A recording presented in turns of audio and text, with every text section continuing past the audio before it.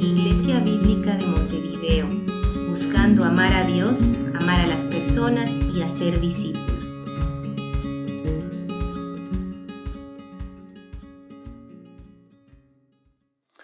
Buenos días, espero que se encuentren bien. Si tienen sus Biblias, quiero invitar que puedan abrirlas en Efesios 5. Ya son varias semanas desde que empezamos nuestro estudio de la segunda mitad de Efesios, en la cual Pablo empieza a hablarnos acerca de los cambios que Cristo quiere producir en nuestras vidas como resultado de su obra en nuestras vidas. Y si se acuerdan, Pablo empieza el capítulo 4 hablando sobre la unidad en la iglesia y cómo la iglesia es similar a un cuerpo en el que cada miembro tiene una función muy importante. Después nos habla acerca de la transformación que Cristo quiere producir en nuestras vidas, que somos llamados a dejar esa vieja vida que nos caracterizaba antes y que somos llamados a vivir una nueva vida según la imagen de Cristo, y que este cambio sucede en la medida que nuestras mentes son renovadas. Y después nos da algunos ejemplos prácticos de los cambios que Cristo quiere producir en nuestras vidas. Nos habla, por ejemplo, de la mentira, nos habla del enojo, sobre el robo, sobre nuestra forma de hablar, sobre nuestro trato con otras personas. Y podría dar otros ejemplos más, pero el punto es claro. Y bueno, eso nos lleva a Efesios 5, al capítulo 5. Y en este capítulo Pablo va a seguir hablándonos sobre los cambios que Cristo quiere producir en nuestras vidas. Pero en específico nos va a hablar aquí sobre la trayectoria general que deberían tomar nuestras vidas. Es decir, nos va a hablar acerca de cuál debería ser la dirección que tomamos en nuestras vidas y ¿qué debería ser lo que caracteriza nuestras vidas de forma general? Es muy importante saber hacia dónde nos dirigimos. Seguramente alguna vez has escuchado alguna historia donde una persona se perdió porque no sabía en qué dirección debía ir y se metió en muchos problemas. Hace unos años había un grupo de personas que estaba haciendo una caminata en Bolivia, que mis padres conocían. Y en Bolivia hay muchos senderos recreacionales que van desde las montañas de los Andes hasta los bosques tropicales de la Amazonía. Y son senderos muy lindos. Hay muchos grupos de colegios o de iglesias o de diferentes grupos sociales que disfrutan de tomar estas caminatas, y es una forma de que pueden conocerse y disfrutar juntos, tener un tiempo de compañerismo juntos. Y son viajes como de 2 o 3 días donde vas caminando y acampando a medida que vas haciendo, ¿no? Y entonces muchas personas lo hacen, pero cuando tú haces uno de estas caminatas es muy importante que sepas bien qué camino debes tomar. Entonces, como les decía, había este grupo de personas hace unos años que mis padres conocían, que en vez de tomar el camino correcto que llevaba a los bosques tropicales, tomaron un camino equivocado que les llevó hasta las faldas de un nevado muy frío. Llegó la noche y ellos tuvieron que acampar ahí, y hacía mucho frío. Ellos no tenían sus bolsas de dormir y las cosas que tenían no eran aptas para ese tipo de frío. Entonces pasaron toda la noche en mucho frío y muchos de ellos incluso se enfermaron. Gracias a Dios lograron sobrevivir la noche, y al día siguiente pudieron ir de vuelta al lugar correcto y salir con bien. Pero creo que el punto queda claro, que cuando nosotros tomamos el camino equivocado, no llegamos a nuestro destino y podemos incluso meternos en muchos problemas. Y eso no solo sucede en una caminata, también es algo que puede suceder en la vida en general. Y por eso es tan importante que entendamos realmente cuál es el camino que debemos tomar, cuál es la trayectoria en la que deberíamos estar andando. Y este pasaje que está en Efesios 5 nos habla justamente de esto. Aquí en Efesios 5 nos da muchas pautas para que no nos perdamos en la vida, para que no nos confundamos, para que sepamos exactamente cómo debemos andar y cómo debemos conducir nuestras vidas. En Efesios 5, 1 al 20, aparece 3 veces la palabra andar, refiriéndose a la forma que debemos andar por la vida o conducir nuestras vidas. Y, por ejemplo, en el versículo 2 nos llama a andar en amor. En el versículo 8 nos llama a andar en luz. En el versículo 15 nos llama a andar en sabiduría, ¿no? Entonces son pautas generales que nos muestran cómo debemos vivir nuestras vidas, cómo debemos conducirnos por la vida. Es decir, que si tú o yo preguntáramos a Pablo, y le decimos, Pablo, ¿cómo deberíamos conducir nuestras vidas? ¿Cómo deberíamos vivir? ¿En qué dirección deberíamos andar? Y no refiriéndonos solo a las acciones que debemos hacer, sino pensando en la esencia misma de quiénes debemos ser. Porque la esencia de quiénes somos es lo que determina todo lo que vamos a hacer, todas nuestras actividades y todo lo demás. Entonces, si le preguntáramos a Pablo, ¿cuál es la trayectoria que debe tomar mi vida? ¿Qué es la esencia de lo que yo debo ser? Él te respondería estas cosas, ¿no? Te diría, anda en amor, anda en luz o pureza y anda en sabiduría. Y entonces en las semanas que vienen, en nuestro estudio de Efesios, vamos a ir hablando de cada uno de estos aspectos que son fundamentales para nuestras vidas. Pero hoy nos vamos a enfocar en el primero de estos, que es el amor. Entonces, si tienen sus Biblias, les invito a que me acompañen en la lectura de Efesios 5, versículos 1 y 2. Y dice así: Sed pues imitadores de Dios como hijos amados, y andad en amor como también Cristo nos amó y se entregó a sí mismo por nosotros, ofrenda y sacrificio a Dios en olor fragante. Padre amado, oramos que tú nos guíes hoy en el estudio de tu palabra. Oramos que las palabras que salen de mi boca y todos los pensamientos de nuestros corazones sean agradables a ti, Señor. Háblanos esta mañana, en el nombre de Jesús. Amén. Bueno, creo que estos versículos son bastante claros, ¿no? Nos hablan claramente de que somos llamados a vivir o andar en amor. Pero lo que es importante de esto es que no solo nos da una instrucción ambigua, sino que, porque a veces si la instrucción fuera ambigua, tal vez nosotros podríamos caer en confusión o podría dejarnos a nuestra propia interpretación cómo se ve esto, ¿no? Pero no solo da una instrucción ambigua, sino que establece un fundamento muy sólido para que podamos entender exactamente a qué se refiere este llamado y cómo podemos ponerlo en la práctica. Y aquí en estos dos versículos, Pablo nos muestra tres cosas muy importantes acerca del amor. Primeramente, nos habla acerca de la razón por la que debemos amar.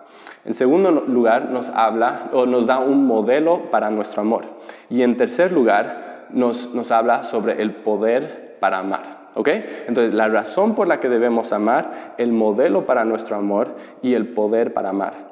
Razón, modelo y poder. Entonces, primeramente, la razón por la que debemos amar. ¿Okay? ¿Por qué debemos amar? Según este pasaje, debemos amar porque somos hijos de Dios. Vemos esto muy claramente en los versículos 1 y 2 cuando dice, sed pues imitadores de Dios como hijos amados y andad en amor. Muy claramente está haciendo una conexión entre el hecho de que somos hijos y de que debemos amar. Está diciendo muy claramente que la base para esperar que nosotros vivamos o andemos en amor es que somos hijos de Dios. ¿Y por qué? Es porque se supone que un hijo se va a parecer a su padre en alguna manera. Cuando nace un bebé, el bebé nace con la información genética de sus padres. Entonces eso significa que comparte el mismo ADN, el mismo ADN que está en sus padres está también en el hijo. Y por eso esperamos que el hijo se parezca en algo a sus padres. En el caso de nuestro hijo, Zach, es muy chistoso porque generalmente cuando las personas lo ven, dicen, bueno, Zach tiene más los genes de Angie, de su madre, que de mí, de su padre. Y es verdad, pero es interesante, hace unos meses estaba la familia de Angie y la mamá de Angie le dijo, Angie, puede ser que Zach se parezca más a ti, pero si lo miras, él camina exactamente como su padre, o sea, como yo. Y no solo camina como yo, también se quita la remera igual que yo y hace muchas cosas exactamente de la misma forma que yo lo hago. Y no es que yo le haya enseñado esas cosas, es simplemente que está en su sangre, está en su ADN. Pero los genes y el ADN no son la única razón por la que un hijo se puede parecer a su padre. También está el hecho de que muchas veces el hijo admira a su padre. Es decir, que el hijo quiere ser como su padre y que lo imita en muchas formas. ¿Cuántas veces hemos visto, por ejemplo, a un niño ponerse la corbata de su padre? ¿Cuántas veces vemos que se pone los zapatos de papá? ¿Cuántas veces vemos que se pone los pantalones de su papá? O que empieza a hablar en la voz medio gruesa de su papá, ¿no? Los niños son así, quieren estar muchas veces con su papá, quieren ser como sus papás, quieren hacer las cosas que sus papás están haciendo. ¿Y por qué? Porque admiran a sus padres, porque quieren ser como sus padres. Y para un padre no hay ningún honor más grande que el honor que recibe cuando su hijo quiere ser como él, ¿no? Y eso es la dinámica. Y esas mismas dinámicas que existen entre un hijo físico y un padre físico son también las realidades que deberían existir en nuestra relación con Dios, con nuestro Padre Celestial. Si Dios me ha hecho su hijo, entonces yo debería parecerme en algún sentido a Él, ¿no es cierto? ¿Y por qué? Porque la misma naturaleza de Dios está también en mí. Su misma esencia, su ADN está en mí, está corriendo por mis venas. Y entonces, además de eso, si yo soy hijo de Dios, yo debería admirar a Dios y debería querer imitar a Dios. Si soy su hijo, entonces no debería haber nada que me importa más que vivir mi vida en una manera que agrada a mi Padre Celestial y que le trae honra. Porque yo entiendo que no hay nada que agrada más a mi Padre Celestial que su hijo esté viviendo de esa forma, ¿no? Y entonces, si yo soy hijo de Dios, entonces estas cosas deberían ser así. Entonces yo quiero preguntarte esta mañana, ¿te pareces a tu Padre? ¿Te pareces a tu Padre? ¿Eres imitador de tu Padre? ¿Eres imitador de Dios? Una de las evidencias más grandes de que verdaderamente eres hijo de Dios es que te pareces a tu Padre, que estás siguiendo su ejemplo. Pero si tú no te pareces en nada a Dios y tampoco tienes el menor deseo de imitar a tu Padre, esa es una de las evidencias más grandes de que no eres hijo de Dios. Si no ves esas cualidades en tu vida, entonces deberías cuestionar realmente si eres hijo de Dios. Porque un verdadero hijo de Dios es alguien que verdaderamente admira a su Padre y quiere seguir sus pasos, quiere ser como Él. ¿Ok? Entonces, esa es la razón por la que deberíamos andar en amor. Pero yendo al siguiente punto de este mensaje, no solo nos da la razón, sino que también nos presenta un modelo para nuestro amor.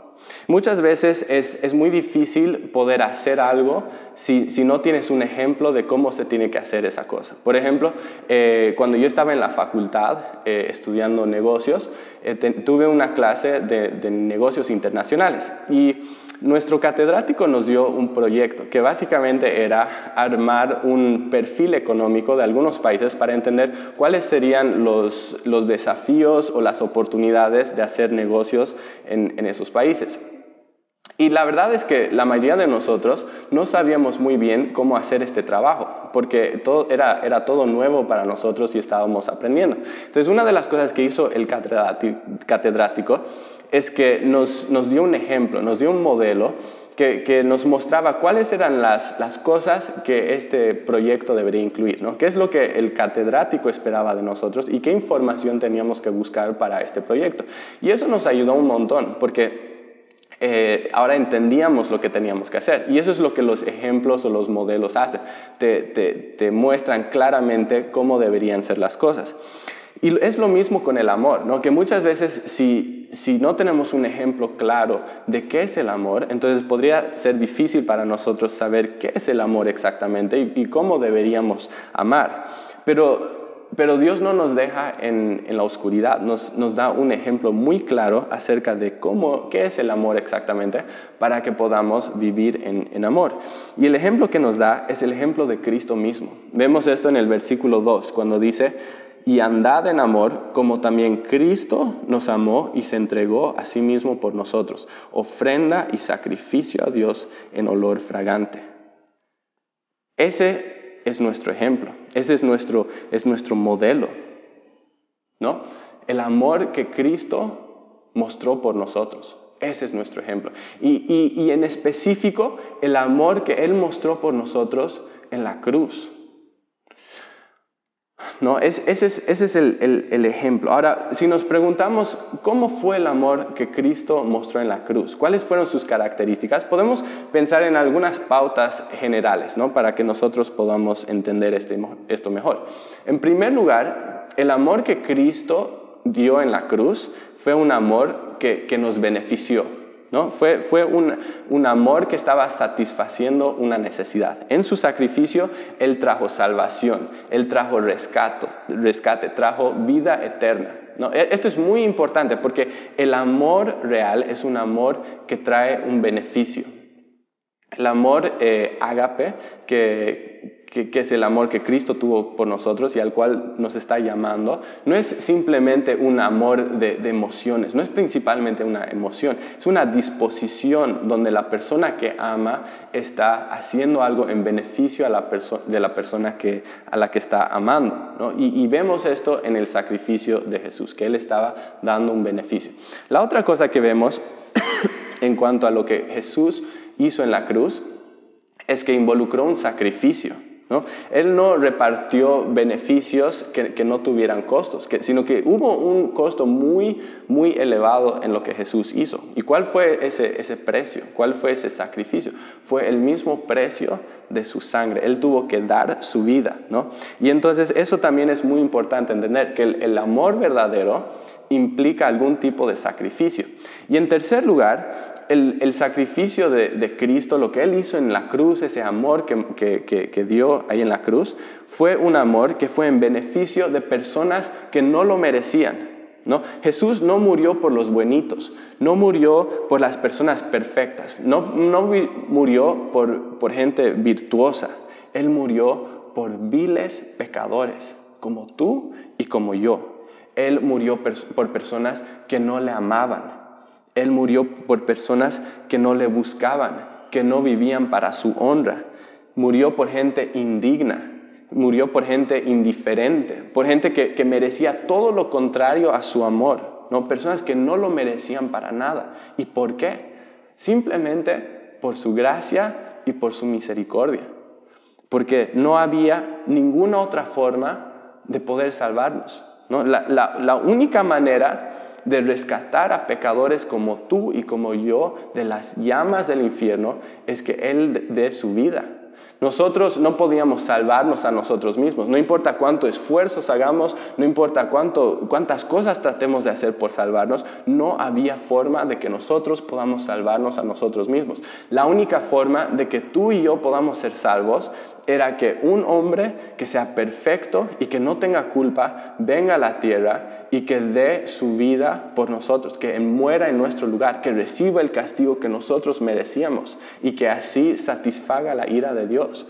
Y gracias a Dios, eso es lo que Cristo hizo por nosotros. El versículo 2 describe su sacrificio como un olor fragante. Y lo que esto significa es que su sacrificio fue aceptado por Dios y que fue eficaz en perdonar nuestros pecados y limpiarnos de toda maldad. Y cualquier persona que acepte este regalo por medio de la fe y el arrepentimiento, recibe los beneficios de este sacrificio y se vuelve un beneficiario de esa gracia y de esa misericordia de Cristo, ¿no? Pero volviendo al punto que yo hacía hace un momento, este sacrificio fue en beneficio de personas que no lo merecían, ¿no? Y entonces eso también es un aspecto muy importante de este amor que Cristo nos muestra. Entonces, para resumir todo esto que estamos diciendo, el amor, el modelo de nuestro amor es el amor que Cristo dio en la cruz, y ese amor tiene 3 características, ¿no? Es un amor que beneficia a las personas, es un amor que viene con un sacrificio y es un amor que es por gente que no lo merece, ¿no? Y entonces, pensando un poco en esto, ¿cómo aplicamos esto a nuestras vidas? ¿Qué tiene que ver esto con nuestras vidas? ¿Y cómo esto afecta la forma que nosotros amamos a los demás? Bueno, pensemos en estas cosas juntos, ¿no? En primer lugar, si yo estoy siguiendo el ejemplo de Jesús, eso significa que el amor que yo muestro por otras personas va a tener que ser un amor que les beneficia, que trae algún beneficio a sus vidas. En otras palabras, mi amor por las personas tiene que ser un amor que busca satisfacer sus necesidades físicas, emocionales y espirituales, ¿no? Y esto es algo que tiene que empezar en la casa. No importa cuánto estés mostrando amor a las personas de afuera, si las personas de tu misma casa no se sienten amadas por ti, estás fracasando en esto, estás fracasando terriblemente. Es algo que tiene que empezar por la casa, ¿no? Y entonces eso significa que si tú eres esposo, tienes que empezar amando a tu esposa, ¿no? Ama a tu esposa, busca satisfacer sus necesidades, y no solo sus necesidades físicas, sino digamos, no solo el que tenga comida para comer, no solo que tenga un lugar donde dormir, no solo que tenga ropa que vestir, sino también sus necesidades emocionales, ¿no? Escucha lo que ella te dice, sé presente emocionalmente, sé un amigo verdadero para ella. Y piensa también en sus necesidades espirituales, háblale de Cristo. Muéstrale, habla de las cosas que tú estás aprendiendo en tu tiempo en la palabra. Háblale de esas cosas, edifica su fe en el Señor, ¿no? Eso es el verdadero amor, es identificar necesidades físicas, espirituales, emocionales y buscar suplir esas necesidades. Y entonces es algo que empieza en la casa, pero que después se extiende a otros lugares, al trabajo, a la facultad, a la iglesia, al tiempo con nuestros amigos y a todos los lugares donde nos movemos, ¿no? El amor verdadero, el amor que se describe acá, es un amor que pregunta, ¿qué necesidades puedo satisfacer? ¿No? Pregunta, ¿hay alguna necesidad física que yo puedo satisfacer? ¿Hay alguna necesidad emocional? ¿Hay alguna forma que yo puedo tal vez animar a alguna persona o traer ánimo a su vida? También piensa, ¿hay alguna necesidad espiritual que puedo satisfacer? Si es una persona que ya conoce a Cristo, voy a preguntar, ¿cómo puedo edificar a esta persona en su fe? Si es una persona que no conoce a Cristo, me voy a preguntar, ¿cómo puedo presentar a esta persona a Cristo? ¿No? Eso es el amor. Es identificar necesidades y tratar de satisfacer estas necesidades. Es actuar en beneficio de las personas, ¿ok? Ahora, pensando en el segundo aspecto o principio del amor de Cristo, el amor de Cristo también involucra sacrificio. Y puede ser que no tengamos que dar nuestras vidas como lo hizo Cristo, pero si vamos a amar de verdad, eso casi siempre va a involucrar algún tipo de sacrificio. Solo para darles un ejemplo, ¿no? Cuando yo termino de trabajar, casi siempre entro a la casa y mi hijo Zach, de 5 años, casi siempre quiere jugar conmigo, ¿no? Y es con sus Legos o con sus autitos o sus aviones o con alguna otra cosa. Ahora, no me entiendan mal, yo amo a Zach y me encanta pasar tiempo con él, pero muchas veces cuando yo he tenido un día largo de trabajo, yo estoy muy cansado y mi primera opción no sería ir a jugar con autitos y aviones, ¿no? Tal vez mi primera opción sería echarme en la cama, sacar un libro y leer y descansar un poco, ¿no? Pero cuando yo vuelvo del trabajo, yo tengo una opción. O voy a amar a mi hijo o me voy a amar a mí mismo. Y muchas veces el que yo pueda amar a mi hijo verdaderamente va a involucrar que yo tenga que hacer algún tipo de sacrificio. Voy a tener que sacrificar lo que yo quiero hacer. Voy a tener que morir a mí mismo. Y eso sucede en el ejemplo que les di, pero sucede en muchas otras situaciones. Que si yo voy a amar de verdad, muchas veces eso va a implicar algún tipo de sacrificio. Y pensando en el tercer aspecto o el tercer principio de este amor que Cristo modela, Él nos llama no solo a amar a las personas que son fáciles de amar, sino que también nos llama a amar a las personas que son difíciles de amar. No solo nos llama a amar a nuestros esposos o a nuestras esposas en la luna de miel, también nos ama a amar a nuestros esposos y esposas cuando la relación se pone tensa. No solo nos llama a amar a las personas que nos admiran, sino que también nos llama a amar a las personas que critican todo lo que hacemos. No solo nos llama a amar a ese huérfano que está en África, muy lejos, que ni siquiera conozco, también me llama a amar a ese vecino ateo que me critica todo el tiempo y que critica mi fe y todo lo que hago. No solo somos llamados a amar a las personas que son fáciles de amar, también somos llamados a amar a las personas que son muy difíciles de amar. Y entonces eso es el amor. El amor es algo que busca satisfacer una necesidad, haciendo sacrificios, incluso por gente que no lo merece. Ese es el modelo que Cristo nos da de su amor y ese es el modelo que nosotros debemos seguir. ¿Okay? Entonces, eso nos lleva al tercer punto que vamos a ver brevemente. Primero, este pasaje nos habla acerca de la razón por la que debemos amar. Después nos da un modelo para nuestro amor. Pero no solo hace eso, sino que además de eso, nos habla del poder para amar. Ahora, si tú has estado escuchando este mensaje hasta este momento, habrás notado que este llamado a amar es muy grande y es muy, pero muy difícil, por no decir que es algo imposible. Y lo que esto nos hace ver es que si nosotros realmente vamos a amar como Cristo nos llama a amar, si vamos a seguir este llamado, vamos a necesitar más que solo un ejemplo. Por más que sea el ejemplo de Jesús, nosotros necesitamos más que un ejemplo. Lo que realmente necesitamos es poder sobrenatural para hacer esto. Y para darles un ejemplo, digamos que una persona viene y pone aquí delante de mí una pesa de 500 kilogramos y me dice, quiero que levantes eso. ¿Okay? Yo lo que diría es, yo no puedo levantar eso es demasiado para mí. Entonces la persona me dice, bueno, voy a traer a alguien que te dé un ejemplo de cómo se tiene que hacer esto. Entonces trae a un fisiculturista que tiene unos brazos así como de Arnold Schwarzenegger y el tipo viene y lo alza como si nada y lo pone en el piso. Y me dicen, bueno, te hemos dado un ejemplo de cómo tienes que levantar este peso. Ahora que has visto el ejemplo, queremos que lo hagas tú. ¿Qué voy a decir yo? Yo voy a decir, eso no cambia nada. He visto un ejemplo, pero lo que necesito no es un ejemplo. Lo que yo necesito son los músculos de Arnold. Yo necesito tener ese poder para poder hacer lo mismo que él, ¿no es cierto? Necesito más que un ejemplo, necesito poder, necesito la habilidad para poder hacer esto. Y es lo mismo con el amor. Yo no necesito solo el ejemplo de Jesús, lo que yo necesito es poder para amar. Y entonces la pregunta es, ¿de dónde viene ese poder? ¿De dónde viene esa capacidad para amar de la forma que se describe acá? Y quiero que miren nuevamente el versículo 1. El versículo 1, fíjense nuevamente el versículo 1. ¿Cómo nos describe este versículo?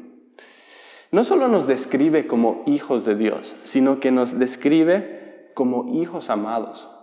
Como hijos amados. ¿Te das cuenta de la importancia de eso? Está diciendo que tú eres objeto del amor eterno de Dios. Eres objeto de su amor infinito. Eres objeto de un amor más grande y más ancho y más profundo de lo que tú puedes imaginar, de lo que tú puedes entender. Eres objeto de un amor que nunca se acaba, que nunca se da por vencido, que nunca se rompe, que nunca deja de ser, ¿no? Y así eres amado tú. Y entonces ahora, puesto que tú eres objeto de un amor tan grande y puesto que tú eres tan valorado y que eres aceptado de esa forma, es que ahora tú puedes amar a otros. Tú puedes amar incluso a las personas que son difíciles de amar. Si tuviéramos que comparar tu capacidad de amar con la capacidad de algún cuerpo celestial o planetario de dar luz, tendríamos que compararte con la luna y no con el sol. Porque ¿qué hace la luna? La luna no produce luz. ¿No? La luna no tiene la capacidad de dar luz. Lo que la luna hace es reflejar o rebotar la luz que recibe del sol. Y nosotros somos así. Nosotros no tenemos la capacidad interna de amar de la forma que se describe aquí. No tenemos la capacidad. Nosotros solo podemos dar ese amor en la medida que recibimos el amor de Dios y somos conscientes de ese amor. Solo cuando eso sucede es que podemos reflejar ese amor a otras personas. Y entonces, ¿por qué es tan importante entender esto? Es muy importante porque el amor natural, el amor que vemos en el mundo, generalmente es un amor de dos vías, ¿no es cierto? Es un amor que básicamente, nosotros amamos a otros, que nosotros amamos a las personas que nos retribuyen amor en alguna forma, ¿no? Que nos devuelven el amor o que nos retribuyen con tiempo o con su relación o alguna cosa así, ¿no?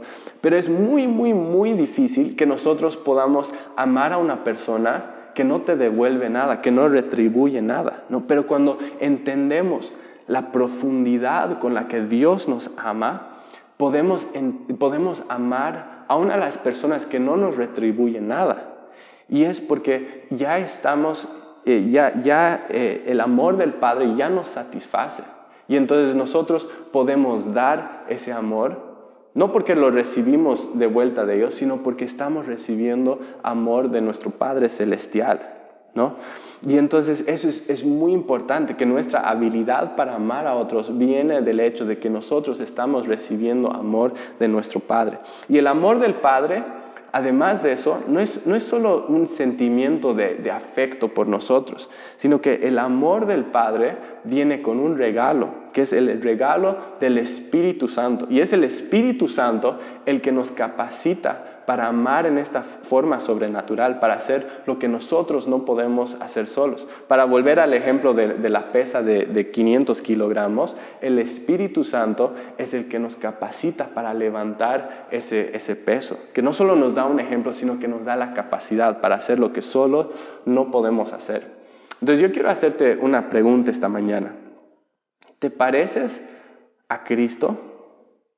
¿Anhelas ser como Él? ¿Realmente anhelas ser como Él? ¿Estás andando en este tipo de amor que se describe aquí? ¿La gente a tu alrededor está viendo esto? Y sabes, todo lo que hemos hablado esta mañana, todo lo que hemos descrito, realmente depende del hecho de que tú y yo seamos hijos de Dios. Si eres hijo de Dios, eres amado por tu Padre, eres receptor de ese amor tan grande, tienes el ADN de tu Padre dentro de ti, tienes su Espíritu Santo y tienes absolutamente todo lo que necesitas para poder vivir y andar en amor. Pero tal vez esta mañana te das cuenta de que no eres hijo de Dios, porque este amor que hemos descrito no es algo que tú ves en tu vida, no es algo que describe tu vida. Y si te das cuenta de que no eres hijo de Dios, esto también es un llamado, que esta mañana Cristo te invita a venir y a ser parte de su familia. En Juan 1, versículos 11 y 12, dice lo siguiente, dice, a los suyos vino y los suyos no le recibieron. Mas a todos los que le recibieron, a los que creen en su nombre, les dio potestad de ser hechos hijos de Dios. Y eso es una invitación para ti también, que si esta mañana tú crees en Jesús, que si esta mañana tú aceptas ese regalo de salvación que Él te ofrece, tú también puedes ser hecho hijo de Dios y habrá una fiesta en el cielo celebrando ese gran hecho. Y si ya eres hijo de Dios, esto es un llamado a que diariamente puedas esforzarte para ser más como tu Padre Celestial. La gracia de Dios no elimina el esfuerzo. Más bien la gracia de Dios te capacita para que puedas hacer esfuerzos en su poder. Eso es muy importante. La gracia de Dios te capacita para poder amar. Y entonces este es un llamado a que puedas amar de verdad, que puedas amar con ese amor que satisface necesidades, con ese amor que hace sacrificios y por ese amor que alcanza no solo a los que son fáciles de amar, sino a las personas que son muy difíciles de amar, ¿no? Este es el llamado hoy. Ama como Cristo amó. Ama primero a tu familia y después ama a todo el resto del mundo. Porque eso es lo que glorifica a nuestro Padre y eso es lo que va a mostrar a todo el mundo que verdaderamente eres hijo de Dios. Oremos. Padre amado, te damos gracias por tu palabra esta mañana. Te damos gracias porque tú nos has alcanzado con ese amor tan grande, tan infinito, Señor. Y oramos que esta mañana y que en todos los días que siguen, Señor, tú nos des la capacidad para poder amar a otras personas, así como tú nos has amado. Señor, oramos que tú nos ayudes a comprender con todos los santos cuál sea la anchura, la longitud, la profundidad y la altura de ese amor que ha sido mostrado por nosotros en la cruz, ese amor que excede todo conocimiento, para que seamos plenos de toda la plenitud de Dios. Y gracias, Padre, porque tú eres poderoso para hacer todas las cosas mucho más abundantemente de lo que pedimos o entendemos según ese poder que actúa en nosotros.